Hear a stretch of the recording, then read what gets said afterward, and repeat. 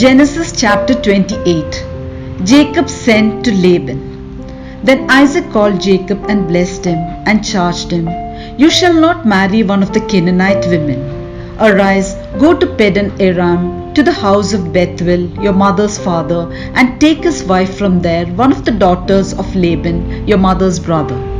God Almighty bless you and make you fruitful and multiply you, that you may become a company of peoples. May he give the blessing of Abraham to you and to your descendants with you, that you may take possession of the land of your sojournings, which God gave to Abraham." Thus Isaac sent Jacob away, and he went to Padan Aram to Laban, son of Bethuel the Aramean, the brother of Rebekah, Jacob's and Esau's mother. Esau marries Ishmael's daughter.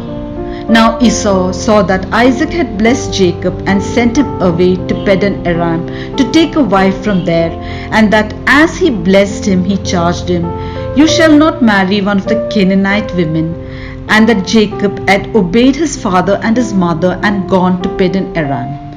So when Esau saw that the Canaanite women did not please Isaac his father, Esau went to Ishmael and took to wife, besides the wives he had, Mahalath, the daughter of Ishmael, Abraham's son, the sister of Nebaioth. Jacob's dream at Bethel. Jacob left Beersheba and went toward Haran. And he came to a certain place and stayed there that night, because the sun had set. Taking one of the stones of the place, he put it under his head and lay down in that place to sleep. And he dreamed that there was a ladder set up on the earth, and the top of it reached to heaven, and behold, the angels of God were ascending and descending on it. And behold, the Lord stood above it and said, "I am the Lord, the God of Abraham your father, and the God of Isaac. The land on which you lie I will give to you and to your descendants, and your descendants shall be like the dust of the earth, and you shall spread abroad to the west and to the east, and to the north and to the south. And by you and your descendants shall all the families of the earth bless themselves. Behold, I am with you and will keep you wherever you go, and will bring you back to this land, for I will not leave you until I have done that of which I have spoken to you." Then Jacob awoke from his sleep and said, "Surely the Lord is in this place, and I did not know it." And he was afraid and said, "How awesome is this place! This is none other than the house of God, and this is the gate of heaven." So Jacob rose early in the morning, and he took the stone which he had put under his head and set it up for a pillar and poured oil on the top of it. He called the name of that place Bethel, but the name of the city was Luz at the first. Then Jacob made a vow, saying, "If God will be with me and will keep me in this way that I go, and will give me bread to eat and clothing to wear, so that I come again to my father's house in peace, then the Lord shall be my God, and this stone which I have set up for a pillar shall be God's house. And of all that thou givest me, I will give the 10th to thee." Genesis chapter 29. Jacob meets Rachel. Then Jacob went on his journey and came to the land of the people of the east. As he looked, he saw a well in the field, and lo, 3 flocks of sheep lying beside it. For out of that well the flocks were watered. The stone on the well's mouth was large, and when all the flocks were gathered there, the shepherds would roll the stone from the mouth of the well, and water the sheep, and put the stone back in its place upon the mouth of the well. Jacob said to them, "My brothers, where do you come from?" They said, "We are from Haran." He said to them, "Do you know Laban, the son of Nahor?" They said, "We know him." He said to them, "Is it well with him?" They said, "It is well, and see, Rachel his daughter is coming with the sheep." He said, "Behold, it is still high day. It is not time for the animals to be gathered together. Water the sheep and go pasture them." But they said, "We cannot until all the flocks are gathered together." and the stone is rolled from the mouth of the well. Then we will water the sheep." While he was still speaking with them, Rachel came with her father's sheep, for she kept them. Now when Jacob saw Rachel, the daughter of Laban, his mother's brother, and the sheep of Laban, his mother's brother, Jacob went up and rolled the stone from the well's mouth and watered the flock of Laban, his mother's brother. Then Jacob kissed Rachel and wept aloud.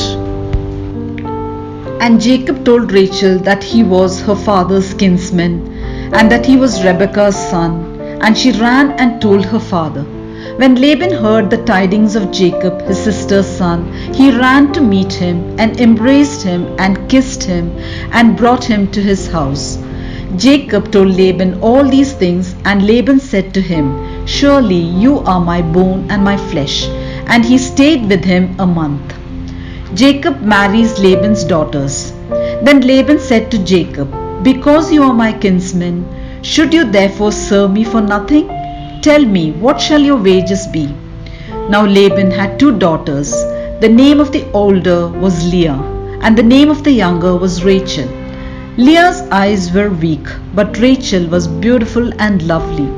Jacob loved Rachel, and he said, "I will serve you 7 years for your younger daughter Rachel." Laban said, "It is better that I give her to you than that I should give her to any other man. Stay with me." So Jacob served 7 years for Rachel, and they seemed to him but a few days because of the love he had for her. Then Jacob said to Laban, "Give me my wife that I may go into her, for my time is completed." So Laban gathered together all the men of the place and made a feast.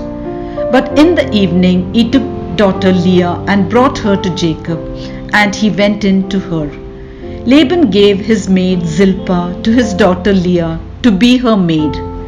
And in the morning, behold, it was Leah. And Jacob said to Laban, "What is this you have done to me? Did I not serve you for Rachel? Why then have you deceived me?" Laban said, "It is not so done in our country to give the younger before the firstborn. Complete the week of this one, and we will give you the other also in return for serving me another 7 years." Jacob did so and completed her week. Then Laban gave him his daughter Rachel to wife.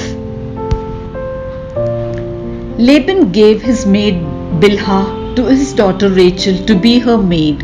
So Jacob went in to Rachel also, and he loved Rachel more than Leah, and served Laban for another 7 years. When the Lord saw that Leah was hated, he opened her womb, but Rachel was barren. And Leah conceived and bore a son, and she called his name Reuben, for he said, "Because the Lord has looked upon my affliction, surely now my husband will love me." She conceived again and bore a son and said, "Because the Lord has heard that I am hated, he has given me this son also." And she called his name Simeon. Again she conceived and bore a son and said, "Now this time my husband will be joined to me, because I have borne him 3 sons. Therefore his name was called Levi. And she conceived again and bore a son and said, "This time I will praise the Lord." Therefore she called his name Judah. Then she ceased bearing. Genesis chapter 30. When Rachel saw that she bore Jacob no children, she envied her sister, and she said to Jacob, "Give me children, or I shall die." Jacob's anger was kindled against Rachel, and he said, "Am I in place of God, who has withheld from you the fruit of the womb?" Then she said, "Here is my maid Bilhah. Go into her, that she may bear upon my knees, and even I may have children through her." So she gave him her maid Bilhah as a wife, and Jacob went in to her. And Bilhah conceived and bore Jacob a son. Then Rachel said, "God has judged me, and has also heard my voice, and given me a son." And therefore she called his name Dan. Rachel's maid Bilhah conceived again and bore Jacob a second son. Then Rachel said, "With mighty wrestlings I have wrestled with my sister and have prevailed. and so she called his name Naphtali. When Leah saw that she had ceased bearing children, she took her maid Zilpah and gave her to Jacob as a wife. Then Leah's maid Zilpah bore Jacob a son, and Leah said, "Good fortune." So she called his name Gad. Leah's maid Zilpah bore Jacob another second son, and Leah said, "Happy am I, for the women will call me happy." So she called his name Asher.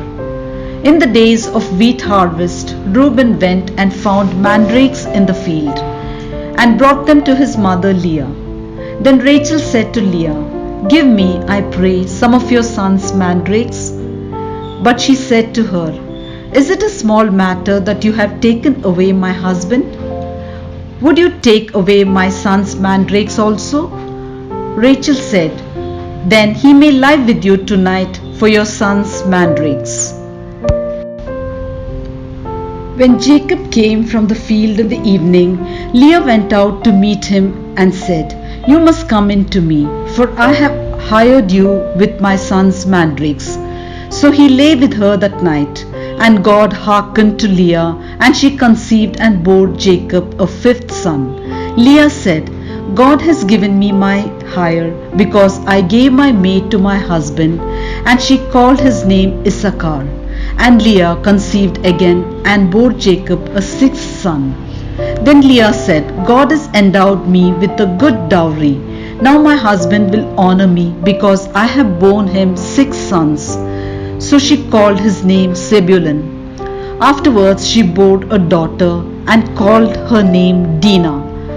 Then God remembered Rachel, and God hearkened to her and opened her womb. She conceived and bore a son and said, "God has taken away my reproach." And she called his name Joseph, saying, "May the Lord add to me another son." Jacob prospers at Laban's expense. When Rachel had borne Joseph, Jacob said to Laban, "Send me away, that I may go to my own home and country. Give me my wives and my children for whom I have served you, and let me go, for you know the service which I have given you." But Laban said to him, "If you will allow me to say so, I have learned by divination that the Lord has blessed me because of you. Name your wages, and I will give it." Jacob said to him, "You yourself know how I have served you, and how your cattle have fared with me before I came, and it has increased abundantly, and the Lord has blessed you wherever I turned. But now, when shall I provide for my own household also?" He said, "What shall I give you?" Jacob said, "You shall not give me anything.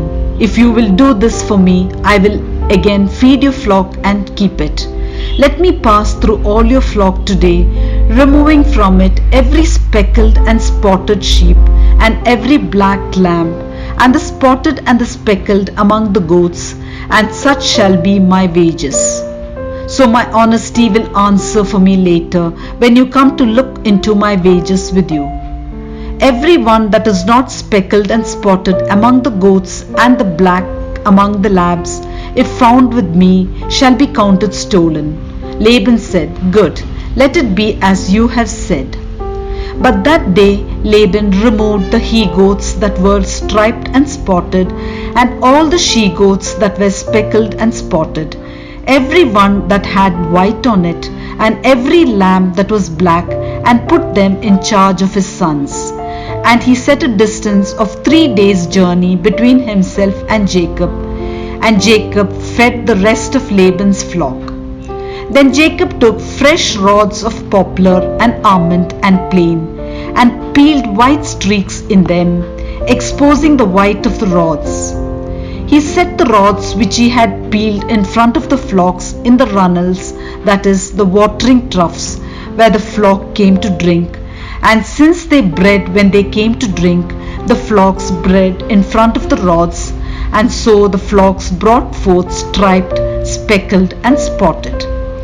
And Jacob separated the lambs, and set the faces of the flocks towards the striped and all the black in the flock of Laban, and he put his own droves apart, and did not put them with Laban's flock. Whenever the stronger of the flock were breeding, Jacob laid the rods in the runnels before the eyes of the flock, that they might breed among the rods. But for the feebler of the flocks he did not lay them there, so the feebler were Laban's and the stronger Jacob's. Thus the man grew exceedingly rich and had large flocks, maidservants, manservants, and camels and asses.